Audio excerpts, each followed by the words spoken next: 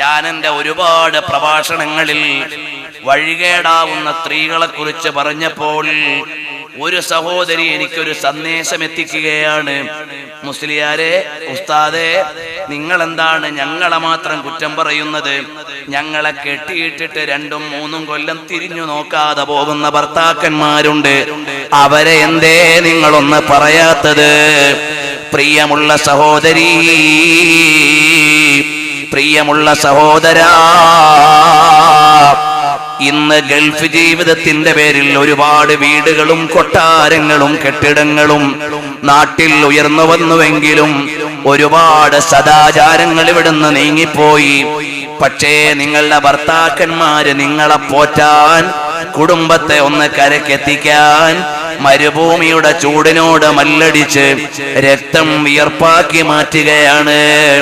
അതുകൊണ്ട് നിങ്ങൾ അവർക്ക് വേണ്ടി ഒന്ന് ക്ഷമിച്ചു കൊടുക്കാനാണ് പറഞ്ഞത്. ശബ്ദം കേൾക്കുന്ന യുവാക്കളെ, ആ പെണ്ണറിയിച്ച സന്ദേശത്തിലും ഒരു സാരമുണ്ട്. എല്ലാം തെറ്റിലേക്ക്, ആസ്വാദനത്തിലേക്ക് വിളിക്കുന്ന നാലുപാടിൽ വിവാഹം ചെയ്ത് നീ ഇട്ടിട്ട് പോകുന്ന പെണ്ണിന് അവളുടെ താല്പര്യങ്ങൾ നിയന്ത്രിക്കാൻ പറ്റാതെ വരുന്ന കാലമാണ്. നീ നിന്റെ ഉത്തരവാദിത്വം മറന്നുകൂടാ. ഇന്നിവിടെ കമ്മ്യൂണിക്കേഷൻ സംവിധാനം അധികരിച്ചപ്പോൾ മണിക്കൂറുകളാണ് ഗൾഫിലേക്ക് ഭർത്താവിനെ വിളിക്കുന്നത്. കുട്ടി രാവിലെ പള്ളിക്കൂടത്തിൽ പോയി, പിന്നീട് ഒരു അരമണിക്കൂർ കണ്ടിന്യൂസ് ഫോണിംഗ് ആണ്. കുട്ടി ഉച്ചയ്ക്ക് പള്ളിക്കൂടത്തിൽ നിന്ന് വന്നു, പിന്നെയും ഒരു ഹാഫ് ഫോണിംഗ് ആണ്. ഇവിടെ എന്റെ പ്രവാസികളുടെ ഭാര്യമാരോട് ചിലത് പറയാനുണ്ട്, ശബ്ദം കേൾക്കുന്ന പ്രവാസികളോടും ചിലത് പറയാനുണ്ട്. എന്തെന്നല്ലേ, നിങ്ങളേറെ നേരം ഫോൺ ചെയ്യുമ്പോൾ ഭാര്യാഭർത്താക്കന്മാരാണ്, സ്വകാര്യ മുറിയിലാണ്, അല്ലെങ്കിൽ സ്വകാര്യമായി വർത്തമാനം പറയുന്ന സ്ഥലത്താണ്. നിങ്ങൾക്ക് എന്തും പറയാനുള്ള സ്വാതന്ത്ര്യമുണ്ട്.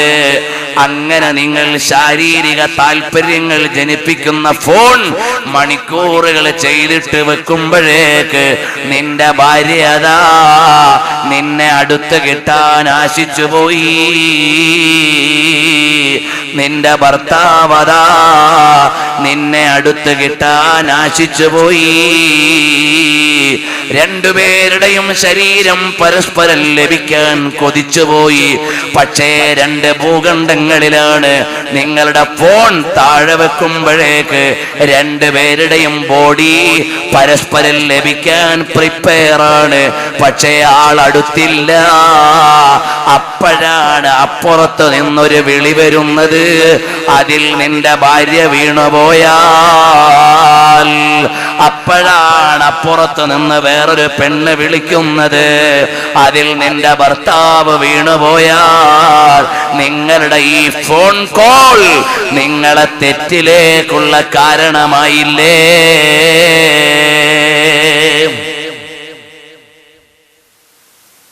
ഇത് മനുഷ്യന്റെ അവസ്ഥയല്ലേ? ഭർത്താവ് ഫോൺ ചെയ്ത് അവളുടെ ശാരീരികമായ താല്പര്യങ്ങളെ ഉണർത്തിയിട്ട് ഫോണും വെച്ചിട്ട് അവൻ ചിലപ്പോൾ ഓഫീസിലേക്കങ്ങ് പോകും. അപ്പോഴാണ് ഇവൾ ഒറ്റയ്ക്ക് മാത്രമുള്ള മാനം മുട്ടുന്ന കൊട്ടാരവും, ആരെയും വിളിച്ചു വരുത്താൻ പറ്റുന്ന ഫോണും, എവിടോട്ടും പാഞ്ഞു ചെല്ലാൻ പറ്റുന്ന കാറും, എപ്പോ വിളിച്ചാലും വരാൻ പറ്റുന്ന കുറെ ശൈത്താന്മാരുള്ള സാമൂഹിക ഘടന. ഇവിടെ നിങ്ങളുടെ ഭാര്യ എന്തു ചെയ്യുമെന്ന് ചിന്തിക്കാൻ ഒരു പ്രവാസിക്ക് കഴിയണം. ഇങ്ങനെയുള്ള സാഹചര്യത്തിൽ നിങ്ങളുടെ ഭർത്താവ് മറ്റൊരു ഭൂഖണ്ഡത്തിൽ തെറ്റിലേക്ക് പോകാതിരിക്കാൻ എന്ത് വേണമെന്ന് നാട്ടിൽ നിന്നുകൊണ്ട് ഫോൺ അറ്റൻഡ് ചെയ്യുന്ന ഭാര്യ ചിന്തിക്കണം. ഒരുപാട് സാമൂഹിക ദുരാചാരങ്ങളുടെ കാരണമായി നമ്മൾ അറിയുകയാ. പ്രിയമുള്ള സഹോദരിമാരെ, അതുകൊണ്ട് നല്ല വീണ്ടും വിചാരത്തിലേക്ക് വരണം.